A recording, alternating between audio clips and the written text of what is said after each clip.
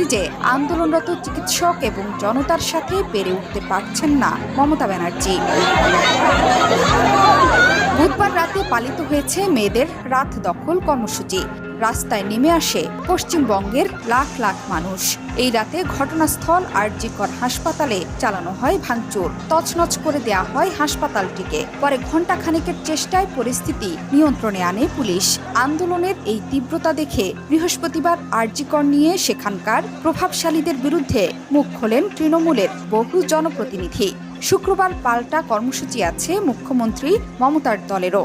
আবার আজকেই 12 ঘন্টার বন্ধ ডেকেছে বাম দল এসইউসিআই। পশ্চিমবাংলার শুভবুদ্ধি সম্পন্ন মানুষ যখন রাস্তায় দাঁড়িয়ে আরজি কর কাণ্ডের বিচার চাইছে, এই বিচার যখন মানুষ চাইছে, আমরা দেখলাম কিছু দুষ্কৃতকারীকে ঢুকিয়ে দিয়ে আরজি কর হসপিটালে আন্দোলনের ধর্ণা মঞ্চ ভাঙা হচ্ছে, সাংবাদিকদের মারধর করা হচ্ছে এবং